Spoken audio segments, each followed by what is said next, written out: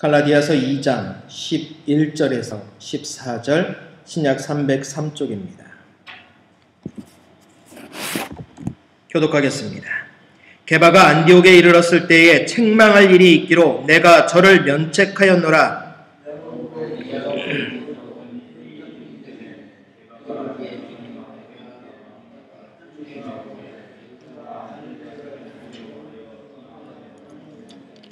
남은 유대인들도 저와 같이 외식함으로 바나바도 저희의 외식에 유혹되었느니라.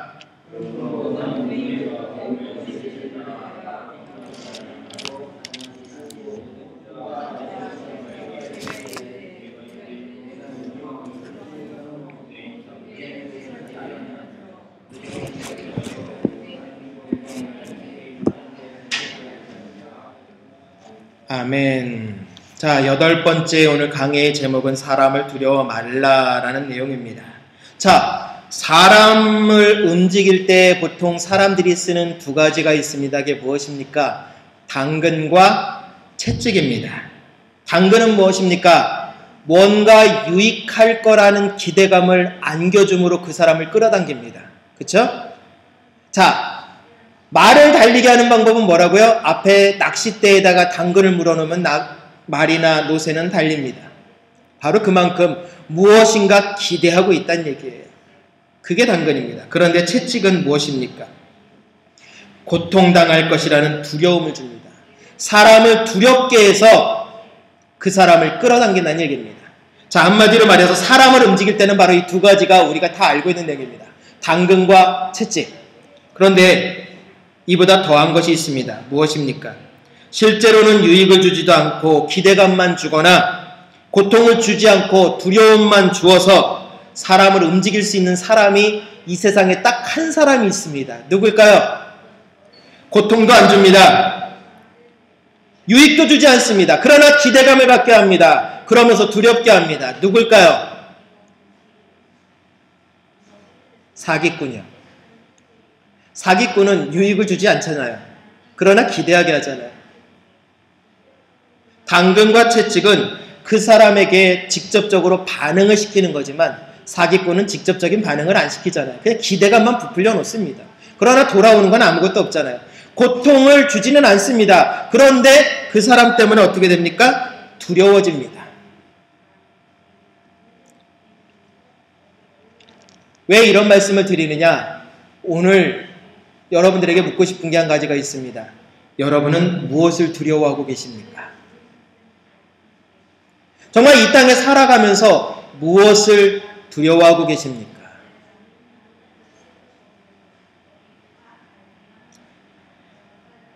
늘 말씀을 드렸지만 생각에 따라서 행동이 달라집니다. 맞죠? 마음에 품은 것이 생각을 움직이게 되고 생각이 곧 언어를 다스리게 되고 언어가 곧 행동을 움직인다고 했기 때문입니다. 결국 뭐라고요? 내 행동은 내 마음속에 품었던 것이 들통나는 겁니다. 자, 대화를 할 때 그 사람의 얼굴을 봐도 야, 그 사람은 속내를 모르겠어. 정말 그런 사람이 완벽하게 있을까요? 없습니다. 다 드러나게 돼 있어요. 자기도 모르는 무의식의 행동이 있어요. 어떤 사람은 코를 만지작거리거나 어떤 사람은 안경을 만지작거리거나 어떤 사람은 손을 만지작거리거나 어떤 사람은 어떤 특정한 손가락을 움직이거나 각자 자기의 허물을 감추려고 할 때 나타나는 독특한 현상이 있습니다. 왜 그런 현상이 나타나느냐? 사회학에서는 그렇게 이야기를 합니다. 자신의 마음속의 두려움과 공포를 감추기 위한 무의식의 반응이다라고 합니다. 여러분들은 무엇을 두려워하십니까? 여러분들이 하고 있는 행동에 대해서 무엇을 두려워하십니까? 왜 두려워하십니까? 그것이 어떻기 때문에 두려워할까요? 오늘 그것을 한번 살펴보려고 합니다.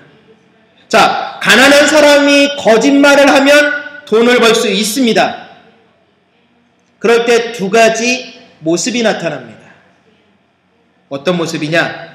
첫 번째, 만약에 내가 이 돈을 통해서 정직을 잃는 것이 두려워지면요, 거짓말을 안 하죠. 아무리 이것을 내가 이득을 취하고 유익을 취할지라도 나의 정직이 깨진다 그러면 거짓말 안 합니다. 그런데요, 그것보다 한 가지 더요. 그 배고픔을 어떻게 견뎌낼까? 그 모욕을 어떻게 견뎌낼까? 하면 결국은 거짓말을 하게 된다는 얘기입니다. 그런데 오늘 성경은 이야기를 합니다.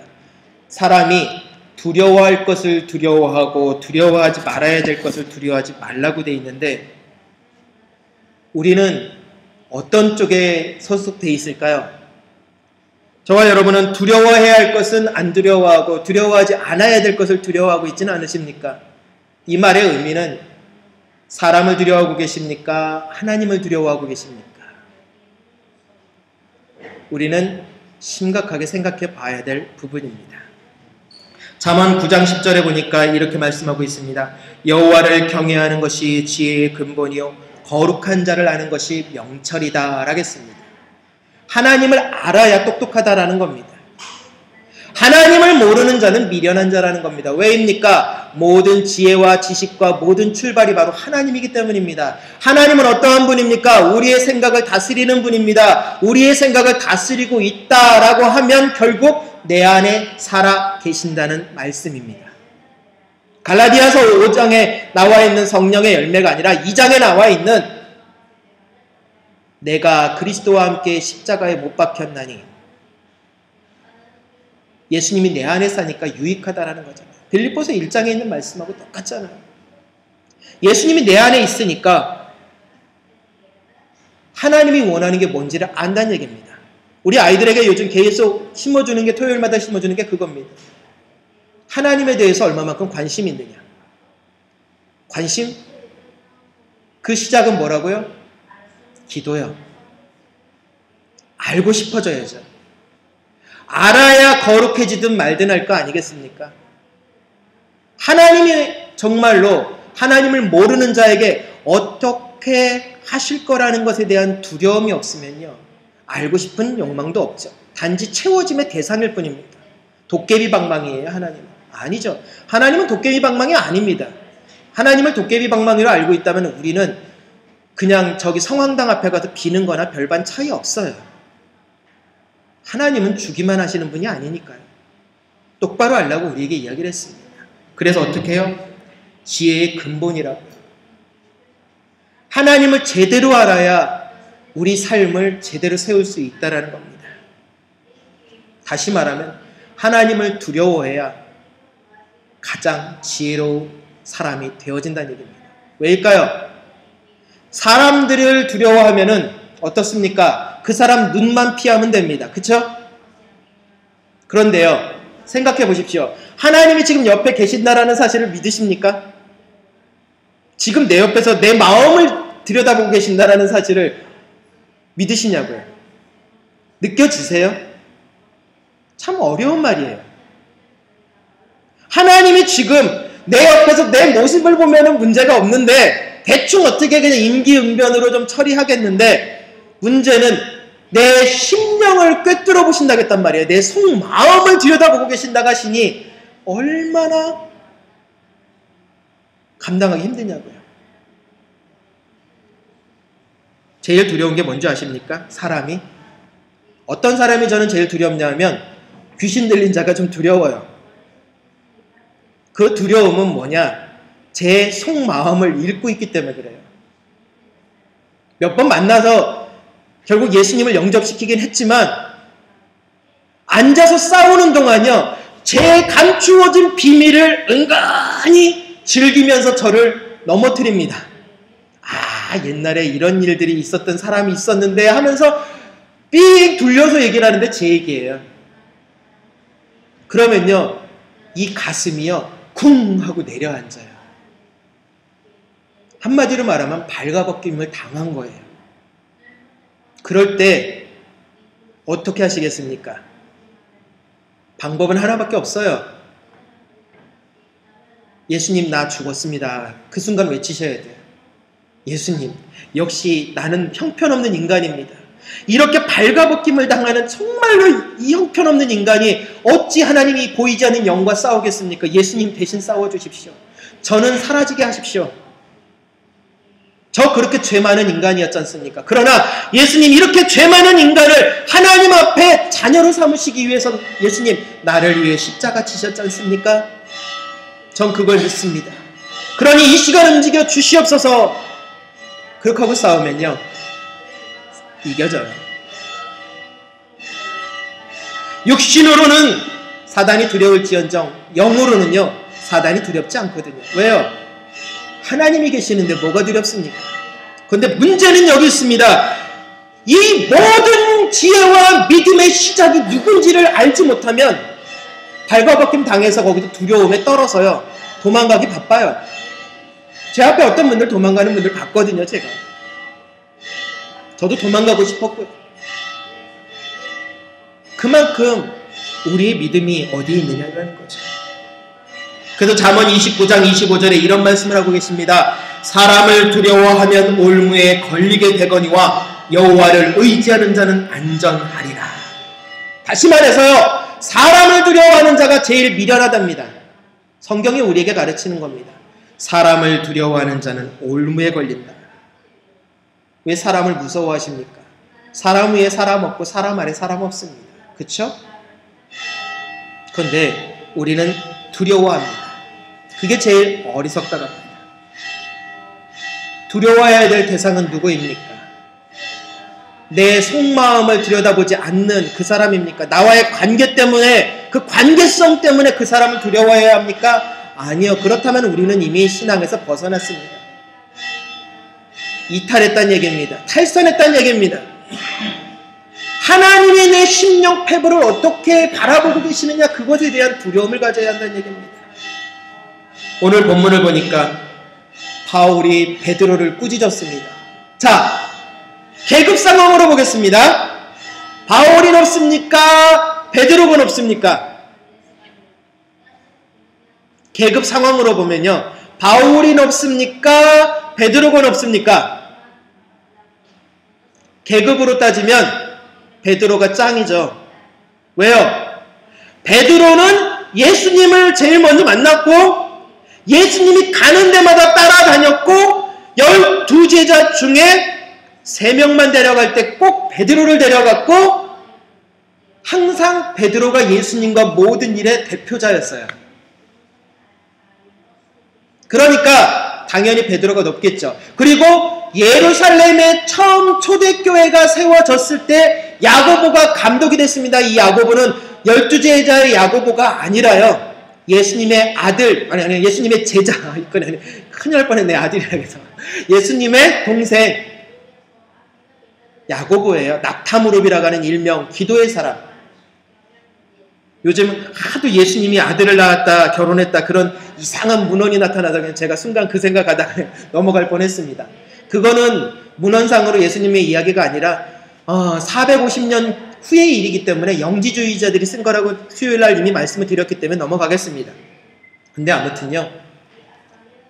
베드로 상당히 지위가 있고 파워가 있어요. 왜요? 살아있는 예수님의 수제자니까요. 오늘날 교황이 누구에게 그것을 대를 이었다고 이야기하는지 아십니까? 베드로요. 일대 교황을 베드로라고 이야기를 하고 있기 때문입니다. 가톨릭은. 그러니까 베드로의 교황권 어마어마하죠. 그 다음이 바울이에요.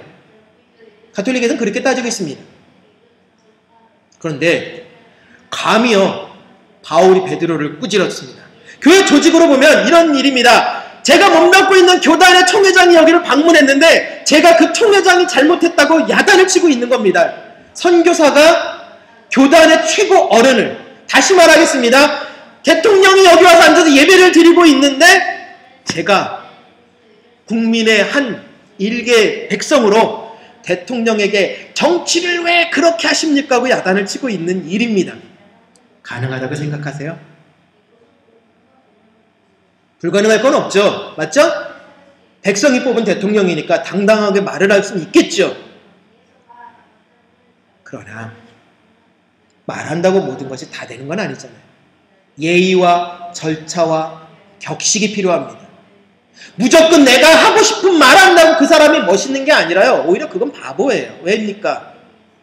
상대방을 배려하고 그 사람이 받아들일 수 있는 만한 그릇인가 아닌가를 생각하면서 배려하면서 그 사람이 깨닫도록 이야기를 해야 되지.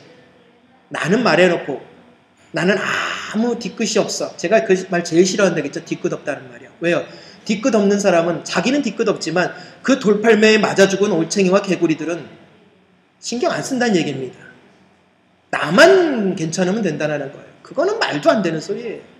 그건 신앙인이 아닙니다. 신앙인은요, 다른 사람을 먼저 생각하는 거죠. 그런데 베드로 그 이야기를 듣고요, 도망가 버렸어요.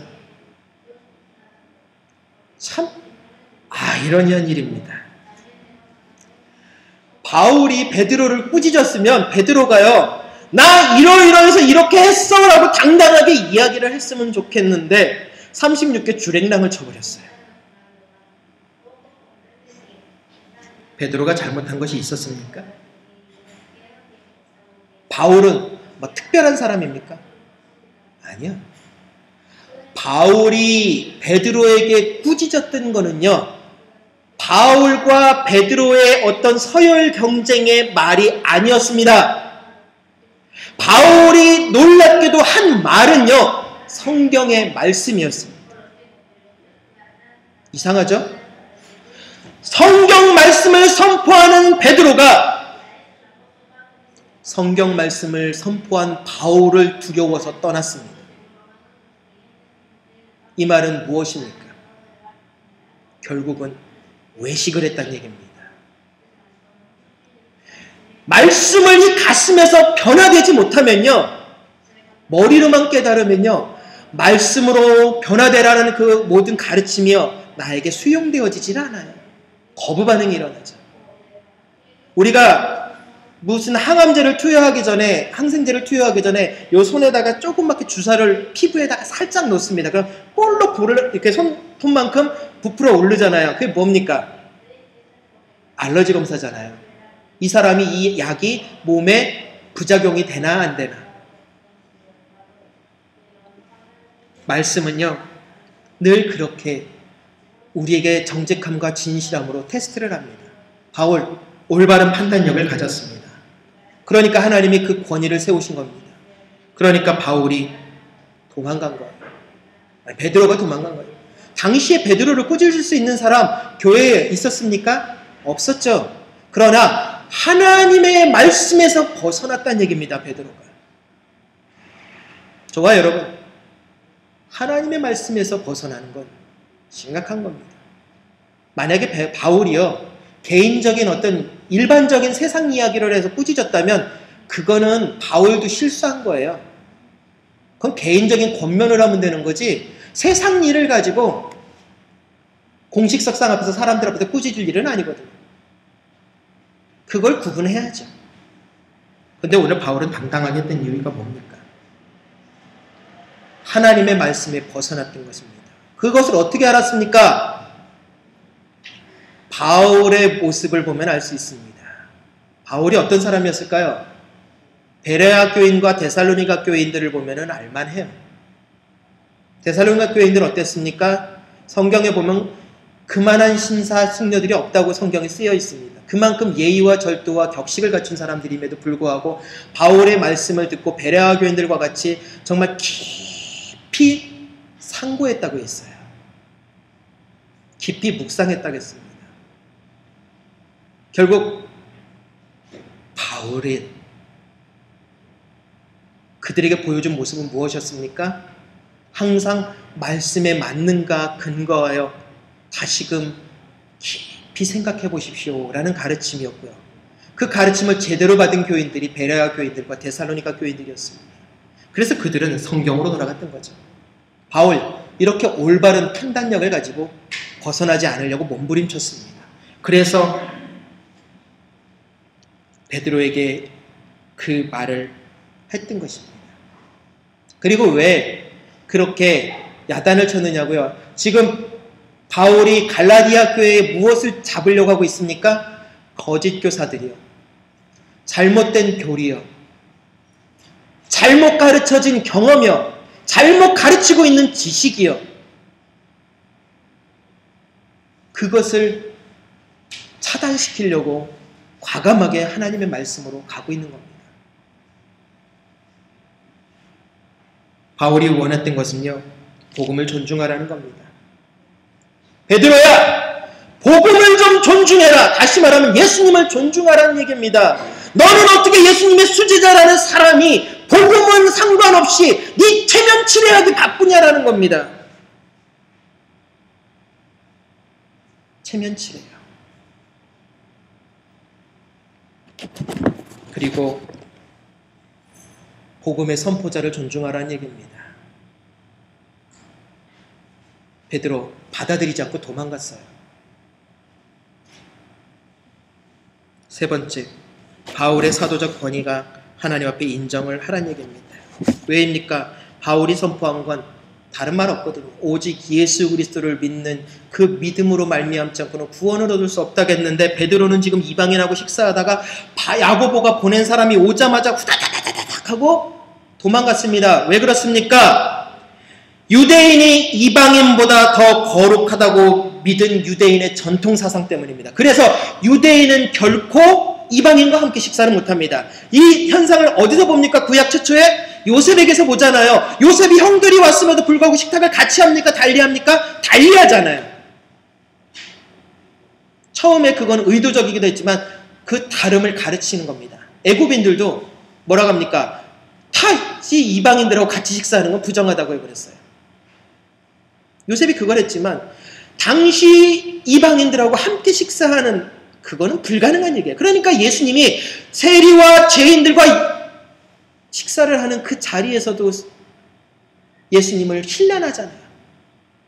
저 예수는 세상에서 제일 천대받는 그들의 친구다. 좋은 의도가 아니라요, 멸시를 하고 있죠. 그런데 오늘 베드로가 도망간 이유는요, 변명 하나도 안 해요. 하나님 앞에 미안하다고 하면 되는데 안 그래요. 우리는 이 행동을 보면서 베드로의 마음속에 무엇이 있었다고 생각합니까? 예수님을 믿고 구원받은 것을 무시하는 행동이라는 거예요.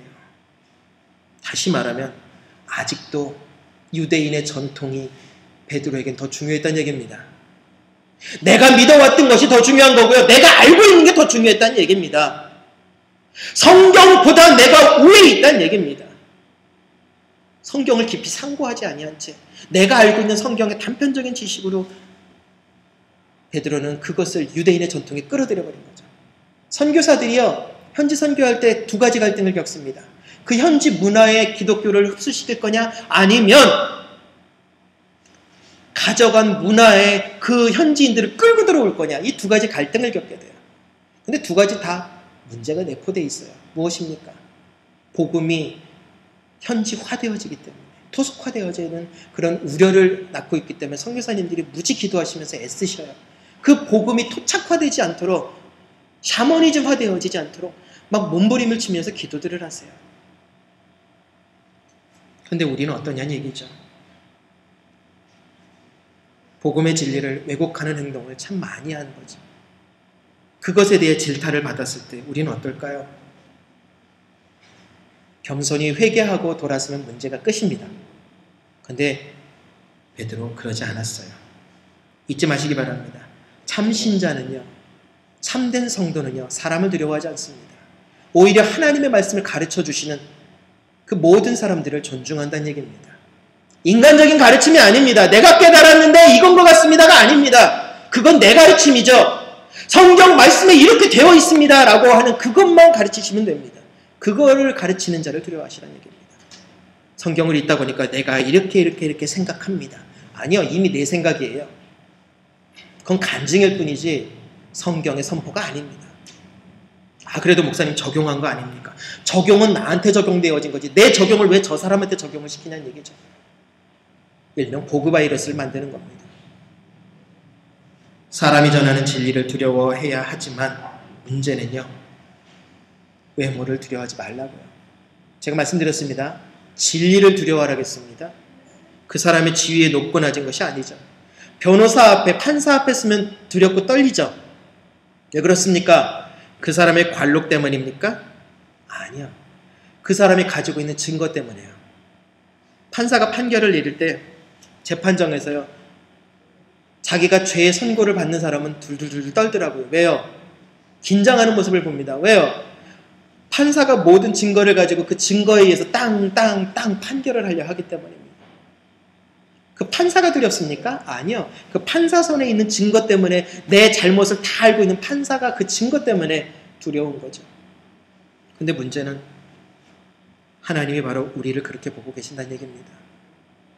세상 사람들은 외모와 요즘 유행하는 단어 스펙이라고 합니다. 온갖 자격증 많이 가지고 있으면 대단한 거로 생각하죠. 아니요. 근데 하나님은요, 그런 걸 보는 게 아니라 그 사람의 됨됨이를 봅니다. 다시 말해서 됨됨이라는 건요, 착하다 보다 이런 거 아니에요.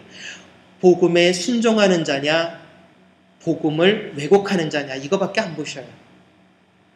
저와 여러분은 복음을 순종하는 자입니까? 왜곡하는 자입니까? 세상의 처세술을 따르는 것이 아니라 진리만을 따라야죠. 허세가 아닌 진정한 복음의 진리를 따르는 자, 그럴 때 우리는 당당해질 수 있습니다.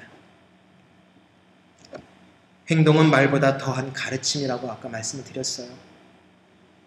마음을 다스리면 생각을 다스리면 언어를 다스리면 행동이 변한다는 것 잊지 마시기 바랍니다. 그래서 예전에 말씀드린 것처럼 잠언 4장 23절에 뭐라겠습니까?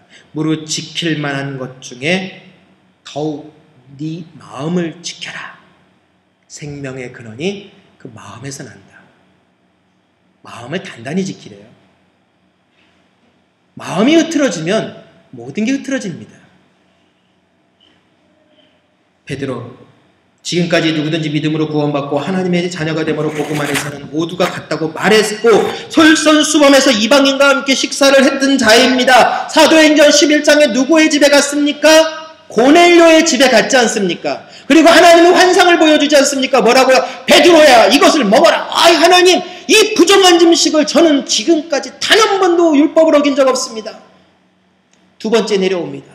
먹어라. 아이, 하나님. 세 번째 내려옵니다. 하나님, 저 못 먹습니다. 내가 정하다 하는데 왜 네가 부정하다 하느냐? 누가 우선이에요? 하나님이 우선입니까? 베드로 자신이 우선이었습니까? 베드로 자신이 우선이었기 때문에 끝까지 거절한 거예요. 전통에 의하면요, 하나님이 지금 말씀하고 계시는데 전통이 더 많다고 하나님 앞에 막 생떼 쓰고 있는 겁니다. 쉽게 말하면 이거예요. 시계를 만든 시계 수리공한테 가서 이 시계 태엽이 이래서 문제입니다 하고 내가 그 사람 앞에서 번데기 앞에서 주름 잡고 있는 거예요. 그러니 하나님이 얼마나 한심스러우셨겠습니까? 바울이 보기에도 그게 답답했다는 얘기입니다. 갈라디아에 있는 교회 거짓 교사들하고 베드로하고 무엇이 다릅니까? 똑같잖아요. 그래서 14절에 뭐라고 합니까? 네가 유대인으로서 이방인을 따르고 유대인답게 살지 아니하면서 어찌하여 억지로 이방인을 유대인답게 살려고 하느냐? 바울의 말은 딱 한 가지입니다. 네가 네 삶의 모습으로 제대로 보여주지도 못하면서 어떻게 그렇게 강요하느냐? 나처럼 해봐라 이렇게. 그건 잘못됐다는 얘기죠. 행동과 언어를 조심하라고 했습니다. 그래서 언어학교 때 말씀을 드렸죠. 2기 때. 정말 우리의 말 한마디 조심하자고요. 베드로는 잘 알고 있어요. 자기가 잘못했다는 거. 왜요? 아까 말씀드린 대로 고넬료의 집에 갔다 왔었고 그 환상을 봤거든요. 그런데 왜 그랬습니까? 야고보 측에서 온 사람들과 화평을 유지하기 위해서요? 야고보하고 권력 이걸 하고 있어서요? 아마 베드로는요, 야고보에게서 온 사람들을 봤을 때 베드로의 순수함은 사라졌던 겁니다. 아마 베드로의 마음속에 네가 높냐 내가 높냐, 나는 예수님을 따라다녔고 너는 예수님의 동생이니까 속마음속에 그런 계급에 대한 두려움, 부딪힘의 두려움이 있었겠죠. 내가 이만큼 했는데 내가 존중받아야 되는데 왜 나를 안 알아주고 왜 야고보를 세웠을까? 이렇게 흠잡히면 나중에 내가 야고보보다 못하면 어떡하지? 교회의 일은 그렇게 하는 게 아니죠. 그 모습을 보고 있으면 얼떨결에 도망갔으니까 예수님은 몰라요 하고 부인하고 도망갔던 그 장면도 얼떨결에 도망간 것 같아요. 그러니까 베드로가 참 불쌍해 보여요. 그 모습을 보면서 그 생각을 합니다. 베드로 참 불쌍하다. 분위기에 휩쓸려서 그렇게 흔들리니까. 저와 여러분도 마찬가지입니다. 진리를 알고 계십니까? 진리를 알고 계신다면요, 이런 실수를 할 수 있습니다. 진리를 알고 있고 성령의 은혜를 충만히 받은 사람도 이런 실수를 할 수 있지만 다른 게 한 가지가 있어요. 뭐냐? 합리화해서는 안 되는 거예요. 아, 이러니까요. 변명하기 바빠요. 변명하는 사람은 이미 복음을 벗어났습니다. 오히려 내가 잘못했습니다 하고 회개하고 복음에 나를 맞춰야지. 복음을 자꾸 나한테 끌고 오면 그거는 아니죠. 형식을 무시하면 복음이 오해되어 방탕주의로 빠지게 됩니다. 자, 주기도문 외우시죠? 주기도문 외우실 때 그냥 외우시잖아요. 자, 주기도문 하나하나 단어를 생각하면서 외우실 때 틀리세요? 안 틀리세요? 생각하면서 주기도문 하면 틀려요. 그런데 무의식으로 하면 안 틀리죠. 뭘 말씀드리고 싶으냐? 형식이 지나치게 강조되면요, 복음이 오해되어 율법주의로 빠진다는 얘기예요. 내가 너무 형식적으로 다가오게 되면요, 우리 그 얘기 하잖아요. 주기도문을 해도 사도신경을 해도 이거 꼭 주문 외는 것 같아. 이미 감동이 사라졌다는 얘기잖아요. 신앙 고백이거든요. 사도신경을 고백하는 사람들은 목숨을 걸고 했거든요. 그 신앙을 고백하는 사람들은 죽겠다고 각오하고 말하는 사람들이었어요. 초대교회. 근데 오늘날은 사도신경 웬다고 죽는 사람 없잖아요. 주기도문 웬다고 죽는 사람 없잖아요. 여기 이란만 가도요, 성경책을 소지했다는 이유만으로 지금 감옥에 갇혀 있는 사람이 있습니다. 어떤 목사님이요, 크고 자기 사진 찍는 거 사양했어요. 왜? 내가 목사인 걸 알면 그들이 나를 가두기 때문에 복음을 전하지 못한다. 그들은 내가 목사인지를 모르고 있다. 난 그들에게 복음을 전해야 한다. 그래서 난 목숨을 걸고 비밀리에 복음을 전하니까 사진은 찍지 말아달라고. 우리같이 참 행복하게 복음을 받아들이고 있는데, 저들은 목숨을 걸고 하고 있는데, 저들은 그 진리를 지키려고 하는데 편안한 우리는 오히려 진리가 무너지고 있습니다. 이건 심각한 문제잖아요. 왜 그럴까요? 저들은 하나님을 두려워하니까 목숨을 건 거고요. 우리는 너무 편하다 보니까 내 옆에 있는 사람을 보고도 사람을 두려워합니다. 관계가 깨질까? 사람을 잃을까? 아니요. 하나님을 잃으면 다 잃는 거죠. 돈을 잃으면 조금 잃은 것이요, 사람을 잃으면 많이 잃은 것이요, 건강을 잃으면 다 잃은 것이다. 그러나 하나님을 잃으면 영혼을 잃어버린 거죠. 소명은 스펙이 아닙니다. 소명은 영성입니다. 저와 여러분들 하나님 앞에 어떻게 부름받았냐는 얘기입니다. 무엇을 위해서 부름받았습니까? 우리 제대로 복음이 서야 할 때입니다. 그래야 베드로가 듣고 회개하고요, 바울은 더 바울답게 쓸 수 있고요, 갈라디아 교인들은 더욱더 올바른 판단력을 가지고 말씀에 근거하여 말씀의 교회를 세워갈 수 있다는 얘기입니다. 이게 저와 여러분들을 향한 하나님의 말씀입니다. 기도하겠습니다. 거룩하신 하나님 감사합니다. 우리들의 삶을 하나님께 올려드리오니 하나님 받으시고 하나님 움직여 주시옵소서.